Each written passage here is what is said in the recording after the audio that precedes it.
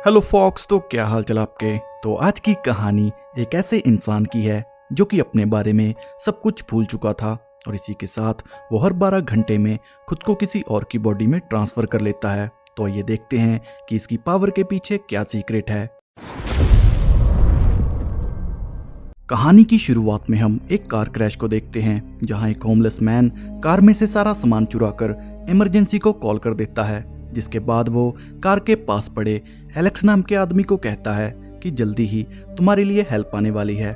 जिसके बाद एलेक्स अपने बारे में याद करने की कोशिश करता है और जैसे ही वो खुद की शक्ल पास के शीशे में देखता है तो एलेक्स की बॉडी में वो कोई अलग ही इंसान था, जिसे देख उसके होश उड़ जाते हैं। और यहाँ मैं इस कैरेक्टर को मिस्टीरियस मैन के नाम से बुलाऊंगा। खैर, इसके बाद हॉस्पिटल में फीमेल ऑफिसर मिस्टीरियस मैन को कहती है कि वो कार कैंग नाम के आदमी की थी, लेकिन आपको तो अपने बारे में कुछ याद ही नहीं, इसलिए कार को हमने जंक यार्ड में भेज दिया। फिर थोड़ा सोचने के बाद मिस्टीरियस मैन को अपने पास एलेक्स के घर की चाबी मिलती है, जिसे फॉलो कर वो एलेक्स के घर पहुंच जाता है। लेकिन तभी 12 बजते ही आसपास की चीजें बदलने लगती हैं और मिस्टीरियस मैन एक नाइटमेयर के साथ चीफ ली की बॉडी में पहुंच जाता है, जिसे देख मिस्टीरियस मैन के तोते उड़ जाते हैं कि अभी तो मैं एलेक्स के घर बैठा था। जिसके थोड़ी देर बाद वो एलेक्स के घर जाने का तय करता है ताकि उसे कुछ पता चल सके। लेकिन तभी एलेक्स के लोग उसे फोन कर अपने पास बुलाते हैं, जहां एलेक्स उन्हें कहता है कि मुझे कुछ याद नहीं, मेरे साथ क्या हुआ, मैं बस अपने घर पहुंच गया। और तभी सार्जेंट वन आकर उसे अपने साथ ले जाता है, जिसे देख हम समझ जाते हैं कि एलेक्स तो खैर, इसके बाद मिस्टीरियस मैन उसी होमलेस मैन को जाकर मिलता है, जहां वो होमलेस मैन को अपनी सारी सिचुएशन एक्सप्लेन करता है कि कैसे उसने 2 लोगों की बॉडी को बदल दिया। और इसी के साथ मिस्टीरियस मैन उसे कहता है कि शहर के बारे में मुझे सब कुछ याद है, लेकिन अपने बारे में मुझे कुछ याद नहीं। और तभी फिर से आसपास की चीजें बदलने लगती हैं और एक नाइटमेयर के साथ मिस्टीरियस मैन डायरेक्टर पार्क की बॉडी में ट्रांसफर हो जाता है, जहां ठीक उसके सामने एलेक्स को टॉर्चर किया जा रहा था, जो कि डायरेक्टर पार्क को कहता है कि मैंने कुछ नहीं किया, तुमने जो आदेश दिया मैंने उसी हिसाब से काम किया। जिसके बाद वो वॉशरूम में खुद की शक्ल देख फिर से सोच में पड़ जाता है और तभी उसे सार्जेंट वन अपनी गर्लफ्रेंड के साथ दिखता है। जिसके बाद मिस्टीरियस मैन घड़ी के टाइम को देख समझ जाता है कि हर 12 घंटे के बाद वो बॉडी को चेंज कर लेता है और यहाँ वो डिसाइड करता है कि उसे शांत रहकर शुरू से इन्वेस्टिगेशन करनी होगी। जिसके चलते वो उसी जंक यार्ड में पहुंच जाता है जहां कैंग की कार थी, जिसके बारे में उसे फीमेल ऑफिसर ने बताया था। और कार के पास पहुंचकर उसे एक लड़की की फोटो मिलती है, जिसे देख मिस्टीरियस मैन को कुछ याद आने लगता है और तभी वो फोटो के पीछे एक चर्च को देखता है। जिसके बाद वो उसी चर्च में पहुंच जाता है जहां वही लड़की उसे गन पॉइंट पर ले लेती है, जो कि उसे कहती है कि कैंग कहाँ है, मुझे जल्दी से उसके बारे में बता दो, नहीं तो मैं तुम्हें मार दूंगी। लेकिन मिस्टीरियस मैन उसे समझाने की कोशिश करता है कि मुझे तुम्हारी फोटो मिली थी और मैं भी तुमसे कुछ पूछना चाहता हूँ। और बातों ही बातों में वो उसकी गन छीन लेता है और तभी यहाँ कुछ लोग आ जाते हैं, जिसके चलते वो लड़की यहाँ से भाग जाती है। जिसके बाद मिस्टीरियस मैन को सार्जेंट वन से उसी लड़की के बारे में पता चलता है और उसका नाम था मून जिन। अब ज्यादा देर ना करते हुए मिस्टीरियस मैन उससे मून जिन का एड्रेस भी ले लेता है और तभी मिस्टीरियस मैन देखता है कि सार्जेंट 2 एलेक्स को मारकर टांग देता है। लेकिन इससे पहले वो कुछ और समझ पाता तभी 12 घंटे कंप्लीट हो जाते हैं और मिस्टीरियस मैन मैनेजर यू की बॉडी में पहुंच जाता है। अब ज्यादा देर ना करते हुए वो मून जिन के घर जाने लगता है और दूसरी तरफ हम चीफ ली को उसके बॉस के साथ देखते हैं, जो कि सीसीटीवी में मैनेजर यू को देख ली पर गुस्सा करता है कि ये कहां से आया, ये तो वांटेड है ना, इसे जल्दी से ठिकाने लगाओ, इससे पहले हम सब बर्बाद हो जाएं। जिसके बाद हम चीफ ली के साथ डायरेक्टर पार्क को देखते हैं, यानी कि ये सब एक साथ मिलकर काम करते हैं। खैर, दूसरी तरफ हम मैनेजर यू को यानी कि मिस्टीरियस मैन को मून जिन के घर देखते हैं, जिससे मून जिन के घर में अपनी फोटो मून जिन के साथ दिखती है और यहीं मिस्टीरियस मैन और हम जान पाते हैं कि ये कोई और नहीं बल्कि कैंग है। और इधर डायरेक्टर पार्क चीफ ली को कहता है कि कैंग और उसकी बीवी मून जिन अभी भी लापता है, हम उन्हें ढूंढने की कोशिश में लगे हैं। जहां चीफ ली उसे कहता है कि सबसे पहले मैनेजर यू को पकड़ो, अगर वो पकड़ा गया तो सब सामने आ जाएंगे। और इधर मिस्टीरियस मैन यानी कि कैंग को घर में रखी फोटो से पता चलता है कि वो चीफ ली और बाकियों के साथ पहले एक सोल्जर था, लेकिन अब वो सारे के सारे एजेंट्स हैं। जिसके बाद यहाँ मूनजिन भी पहुंच जाती है, जो कि घर से ज़रूरी डॉक्यूमेंट लेकर यहाँ से जाने ही लगती है कि तभी सार्जेंट 2 उसे पकड़ लेता है। और तभी मूनजिन को बचाने के लिए कैंग सार्जेंट 2 पर अटैक कर देता है। और कैंग के फाइटिंग स्किल्स को देख सार्जेंट 2 अजीब सी सोच में पड़ जाता है, जैसे कि वो इन स्किल्स को बहुत ही अच्छे से जानता हो। खैर इसके बाद कैंग और मूनजिन यहाँ से भागने लगते हैं, जहाँ रास्ते में मूनजिन यू से कैंग के बारे में पूछती है, जो कि उसे कहता है कि मैं ही कैंग हूँ। लेकिन मूनजिन उसे धमकी देकर यहाँ से चली जाती है कि अगर कैंग को कुछ हुआ तो मैं तुम्हें मार दूंगी। जिसके बाद कैंग को सार्जेंट 1 से पता चलता है कि कार एक्सीडेंट वाली रात एलेक्स कैंग की बॉडी को लेकर भाग गया था। जिसके बाद डायरेक्टर पार्क दोनों सार्जेंट को कहता है कि कल हम अच्छी डील करने वाले हैं, इसलिए इन सबको ठिकाने लगा दो ताकि कल कोई मुसीबत ना हो। और तभी सार्जेंट 2 पार्क को कहता है कि कुछ घंटों से हमारे आसपास के लोग, यहाँ तक कि मैनेजर यू भी अजीब सी हरकतें कर रहा था, क्योंकि मैनेजर यू के फाइटिंग स्किल्स बिल्कुल कैंग जैसे थे। और तभी डायरेक्टर पार्क को उसके आदमी की कॉल आती है, जो कि ठीक मूनजिन के सामने बैठा था, जहां पार्क उसे आदेश देता है कि उसका पीछा करो। खैर इसके बाद कैंग उसी होमलेस मैन को जाकर मिलता है, जिसने कार एक्सीडेंट के समय कार में से सारी चीजें चुरा ली थी, यहाँ तक कि सीसीटीवी फुटेज भी। और यहाँ कैंग उसे समझाकर कहता है कि मुझे वो फुटेज चाहिए, जिसके चलते वो कैंग को एक आदमी के पास लेकर आता है, जिसने कुछ पैसों के बदले फुटेज को खरीद लिया था। लेकिन अब दुकान का मालिक उस फुटेज के बदले कैंग से पैसे मांगता है। अब पैसे ना होने के कारण कैंग मैनेजर यू का कार्ड स्वाइप कर देता है, और कार्ड स्वाइप होते ही पार्क को उसकी लोकेशन मिल जाती है, क्योंकि मैनेजर यू अभी वांटेड है। खैर इसके बाद कैंग को सीसीटीवी फुटेज मिल जाती है, जिसमें वो खुद की बॉडी को लेकर भाग गया था। लेकिन तभी पार्क के लोग आकर उसे मारने की कोशिश करते हैं, लेकिन कैंग उस फुटेज को होमलेस मैन के कपड़ों में छुपा देता है। जिसके बाद दोनों यहाँ से भागने लगते हैं, और थोड़ी देर बाद पार्क का आदमी होमलेस मैन को पकड़ लेता है,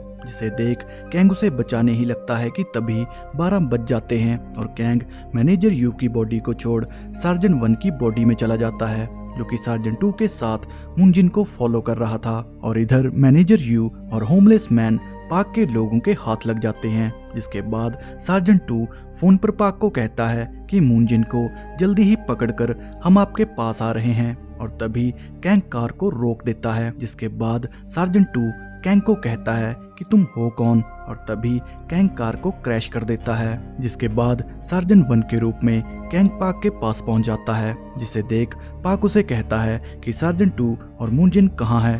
तभी कैंग उसे बताता है कि सार्जेंट 2 थोड़ी देर में मूनजिन के साथ यहाँ पहुंच जाएगा। और तभी पार्क अपने आदमी को कहता है कि भिखारी को मार दो, वैसे भी साले ने दिमाग खराब कर दिया था बॉडी चेंज का चैप्टर सुनाकर।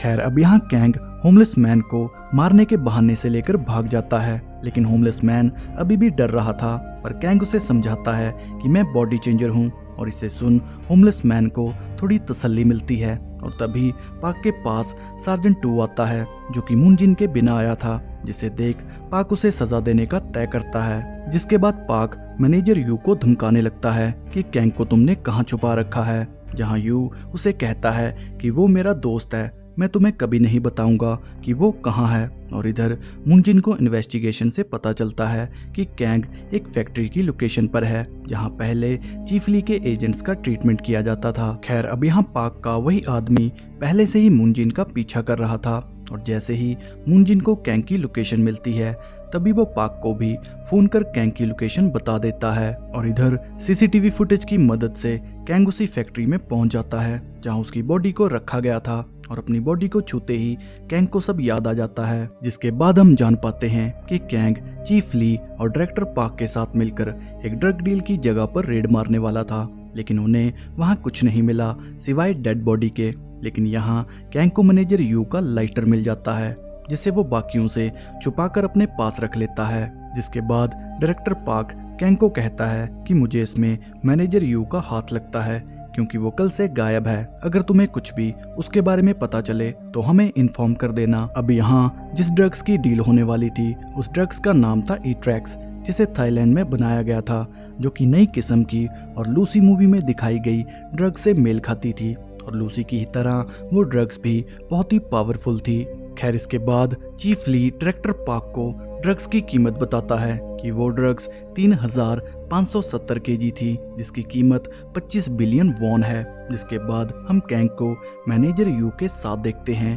अब यहाँ मैं आपको बता दूं कि ये सारे के सारे, यहाँ तक कि मैनेजर यू और कैंग भी चीफ ली के एजेंट हैं, जो कि ड्रग्स डील और बड़े बड़े क्राइम को ठिकाने लगाते हैं। खैर, बैक टू द पॉइंट। अब यहाँ कैंग मैनेजर यू को कहता है कि तुम्हारा ये लाइटर मुझे क्राइम सीन पर मिला और मुझे लगता है कि तुम ड्रग डीलर के साथ मिले थे, इसलिए रेड मारने से पहले ही ड्रग गायब थी।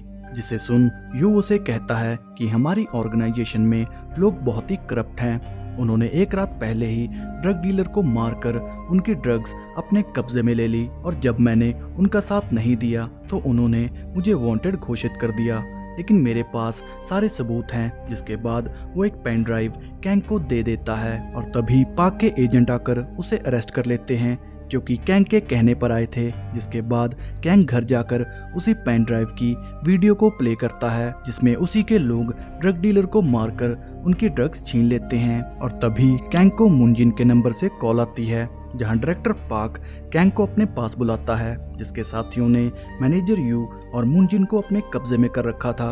और तभी डायरेक्टर पाक कैंग को वही ड्रग्स दे देता है। जिसके बाद वो पेन ड्राइव को जलाने की कोशिश करते हैं, जहां पाक सबको आदेश देता है कि कैंग की गन से मैनेजर यू और मुनजिन को मार दो। जिसके बाद रिपोर्ट में ये लिखना कि इसने ड्रग्स के नशे में दोनों को मारकर खुद सुसाइड कर लिया।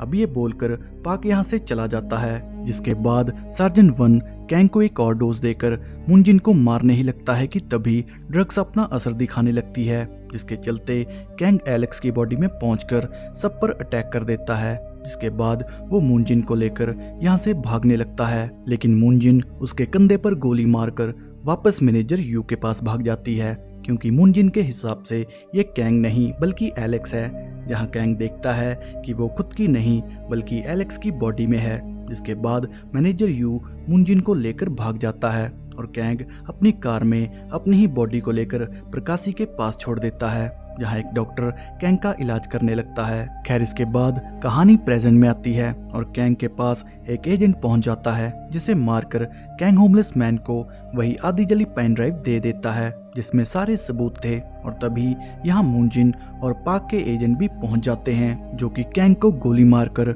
मुनजिन को पकड़ लेते हैं। और तभी हमें चीफ ली दिखता है, जो कि कैंग को कहता है कि तुम क्या करने की कोशिश में थे।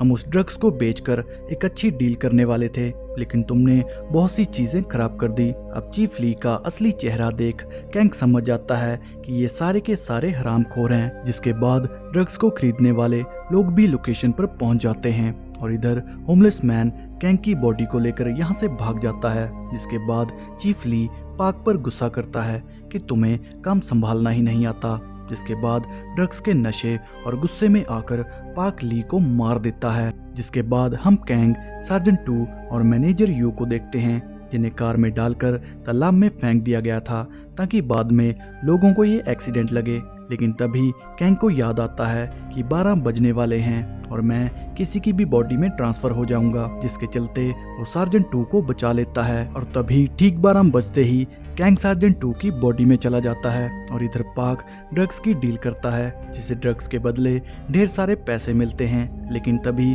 मुनजिन को बचाने सार्जेंट टू यानी कैंग आ जाता है, जो कि सबको मारने लगता है। और यहाँ ड्रग्स और पैसे के नशे में पाक डीलर्स को मारकर मुनजिन को अपने कब्जे में कर लेता है। जिसके बाद वो कैंग को धमकी देता है कि खुद को सरेंडर कर दो, नहीं तो मैं मुनजिन को मार दूंगा। और जैसे ही कैंग खुद को सरेंडर करता है तो उसकी आंखों में देख मुनजिन समझ जाती है कि ये कोई और नहीं बल्कि कैंग है। खैर, इसके बाद कैंग और पाक में फाइट होती है, और इससे पहले वो कैंग को मार पाता तभी मुनजिन पाक को शूट कर मार देती है। जिसके बाद हम देखते हैं कि होमलेस मैन ने कैंग की बॉडी को मुनजिन के हवाले कर दिया था।